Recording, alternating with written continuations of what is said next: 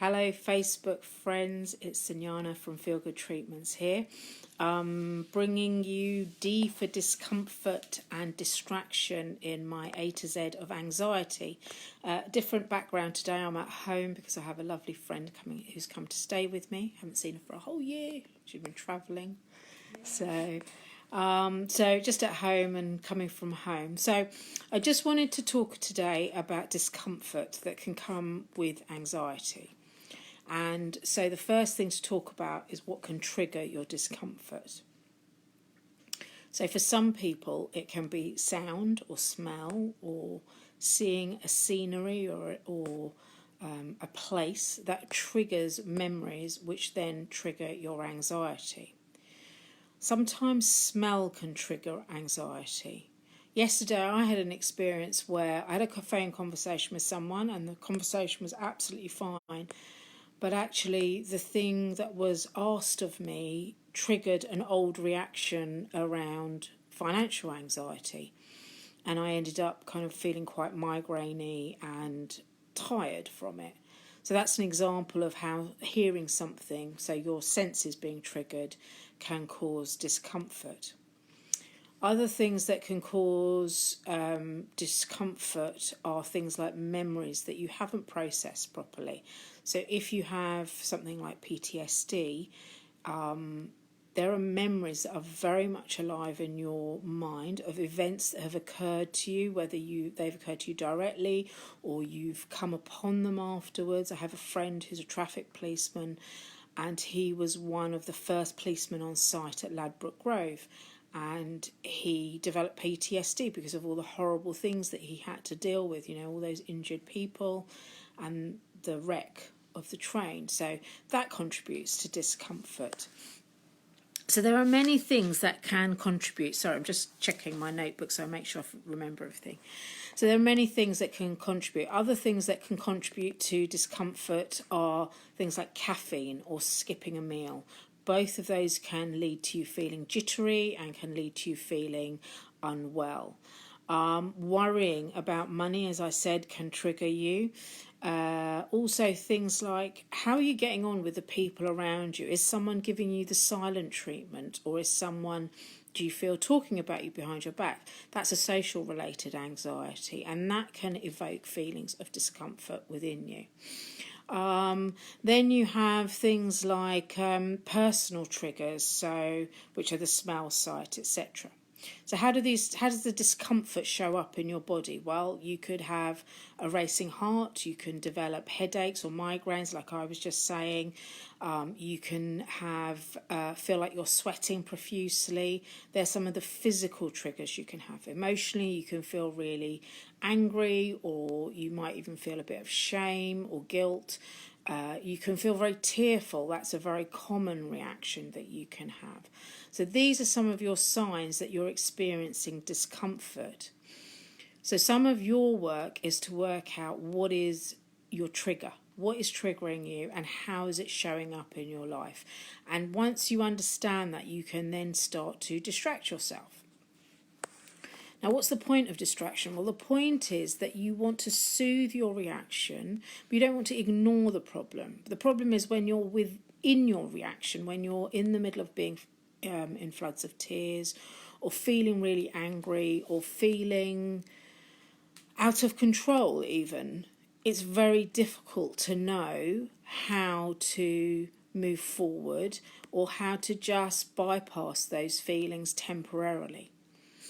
So there's a few things that I can suggest to you that you can try doing at home by yourself, and there are things that you would need someone like me to do with you in person in a session.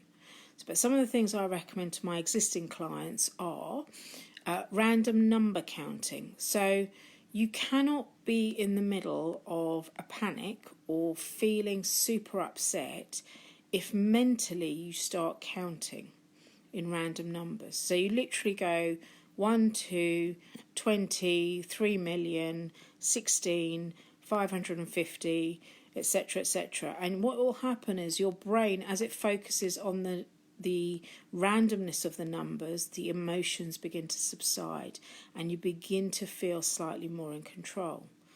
Another really good process is breathing. So you breathe in for a count of 4, hold the breath for a count of 8, and breathe out for a count of 4. Breath has an enormous effect on your physiological state. And when you breathe, and you breathe in that way with a 4-8-4 count, it helps to slow down the adrenaline production, it helps to slow down your cortisol reaction, and those contribute to the anxiety you're feeling, those hormones. So you want to use these methods to help calm your emotional reaction, calm the physiological reaction, so that then you can get clarity of thought and you can decide what your next step is. Another way, let me just double check. Okay, if you're out and about, you may not be in a position where you can quietly breathe to yourself or count in random numbers. So they're on your palm in reflexology. Let me just show you my palm. In the middle of your palm is a point called your solar plexus. And if you take your thumb and push it into the middle of your palm, it will help to release your solar plexus. Now, physiologically, your solar plexus is in the middle of your chest, just sort of below the breastbone, and it's the centre of a lot of tension. It's where a lot of us hold tension.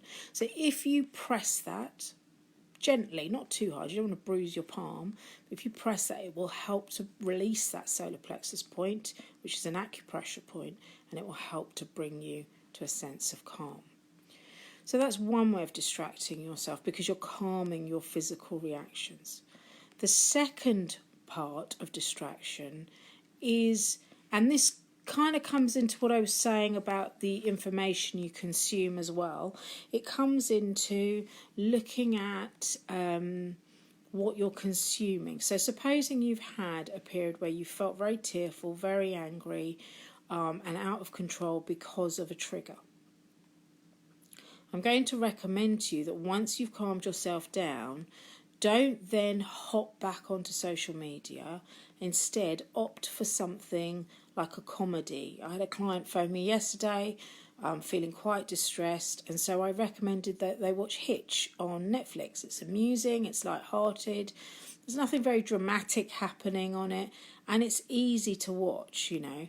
So things like I said yesterday in my group, Danger Mouse is on Netflix. The childhood cartoons that you enjoyed, they're really easy to watch, and they'll take you back to a point, hopefully, when life felt easier and was more enjoyable to you. So you want to think about what to consume after you've calmed yourself down as part of your distraction technique. You might want to listen to a TED Talk or a podcast. There are so many podcasts with so many different interests out there that really you could distract yourself forever and ever. So I want you to just think about, first of all, what is your trigger? Become aware of it. Keep a note of it somewhere. How do you react to your triggers? Okay, and then I'd like you to create a list, if you wish to, of the ways you can distract yourself. And I just wanted to talk about myself again yesterday. So I had this call and I felt really quite frustrated by this call. And as I said, it triggered kind of a migraine feeling. And I had a bit of a break between clients, so I popped home for a little while. And on the way home, I played the music really loud in my car, like really thumped the beat out. The people around me must have thought, what a weird woman, because it was so loud. And I was basically bopping along in my car as I drove home. I then came home and I could still feel this knot of frustration in my chest. So I just stood in my living room, faced my garden, and I just allowed that frustration to come up as sound. So I kind of yelled at my garden, basically. I wasn't yelling words, I was just allowing the noise to come out of me. I don't need to keep that inside me, and I allowed it to come out. And that meant that when I went back to work to see my evening clients yesterday, I was in a much calmer space and I was back to feeling happier and healthier and more in control and able to do what I need to do to help my clients. So this is what I mean about becoming aware of what's triggering you, how you're reacting, and then using distraction as a method. And because I had a bit of time before I went back to work, I did watch a bit of Hitch, hence my recommendation today, and I was giggling within a couple of minutes of it. So this is what I'm saying about becoming aware and then using the list of distractions that you've made for yourself to go forward. Let me just check that I have remembered everything. Oh, I wanted also to let you know about this fantastic idea that I heard and read about in another Facebook group. One of the things about anxiety when you have it is there's often a great sense of shame or guilt, or I should be doing this, I could be doing this, I should be doing more, I'm not doing enough. And I want to give you this idea as something to consider as a way of shifting you out of this, okay? And that is, today's the first day of Lent. And normally for Lent you give up something. So I'm going to challenge you to give up being self-critical for the next 40 days. And as part of that, I would like you to daily write down one positive aspect of yourself. So it could be as simple as I rock a pair of glasses, or I've got nice hair and I love my hair, or it could be I'm really kind, I'm really resilient. It could be I make a really good cup of tea. It doesn't have to be profound, this, but I want you to write down and keep this list of 40 things over the next 40 days of positive aspects about yourself. So what you're giving up for Lent is the negative self-talk, all right? So have a think about that. I'm going to be putting a post up in my group, Goodbye Anxiety, Hello Happiness. If you haven't joined that, please ask to join. The link is on the previous video that I've done. And I'd love to see you in there if you want to join in with this 40-day of positive affirmations about yourself. So that's all for today. If you have any questions, please come back to me. My name's Sanjana. I help adults and teenagers with anxiety say goodbye to their anxiety and hello to happiness. And I look forward to talking to you soon. Take care now. Have a lovely evening. Bye.